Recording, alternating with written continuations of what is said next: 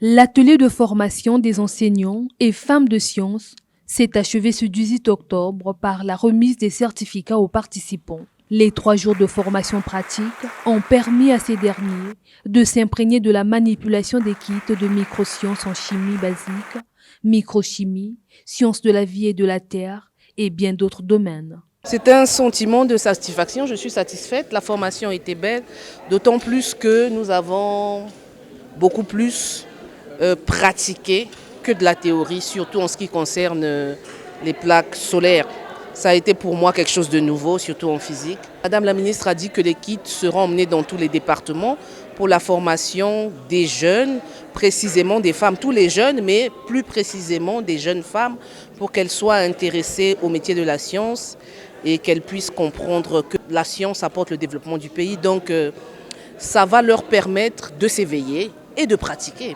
Dans les 3 jours de formation, nous avons appris certaines choses dans le domaine de biologie, de la chimie et de la physique. En chimie, j'ai appris à faire un montage en utilisant une substance chimique, allumer une ampoule avec une substance chimique. En physique, j'ai appris à faire le montage en parallèle, 2 ampoules, donc c'était génial. En utilisant les petits moyens de bord que nous avons, on a pu à manipuler. Et autre chose, c'est que ce qui m'a plus épaté, j'ai fait le montage d'une ampoule en utilisant un panneau solaire. C'est quelque chose que je ne savais pas le faire, mais aujourd'hui j'ai pu le faire et je suis capable de transmettre cette information à une autre personne.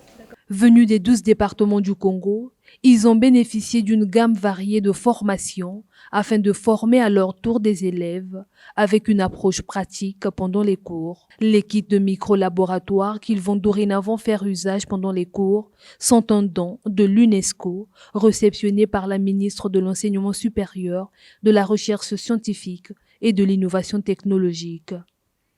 Pendant ces 3 jours, nous avons fait des manipulations en chimie, quelques réactions chimiques en chimie, en physique, la manipulation de l'imprimante 3D et la conception des objets en 3 dimensions. Les microsciences, c'est le mini-laboratoire. Le mini-laboratoire, tout est miniaturisé ici, là. Des petites fioles avec un élément principal qui est le combo plate qui remplace la verrerie. Donc nous allons utiliser des petites quantités, par exemple en chimie et en physique, par exemple des trombones qui constituent par exemple des interrupteurs. Susciter des vocations scientifiques aux jeunes pour aboutir à des carrières scientifiques est l'un des objectifs de la ministre de la Recherche scientifique et de l'Innovation technologique en mettant en place cette formation continue des enseignants. Après cette formation de formateurs, il s'agira pour l'ensemble des femmes scientifiques congolaises, pour l'association YouthCom, de se rendre dans les départements. Nous allons aller au contact des enseignants qui sont venus ici à Brazzaville. Nous allons leur remettre le matériel et nous aurons sans doute à la faveur de cette remise quelques activités de restitution, de consolidation des connaissances acquises. Le présent atelier constituera les fondations de cet esprit scientifique que nous voulons construire dans notre pays, pour faire de telle sorte qu'aussi bien les jeunes filles de manière particulière, mais en général, les jeunes de ce pays puissent aimer les sciences.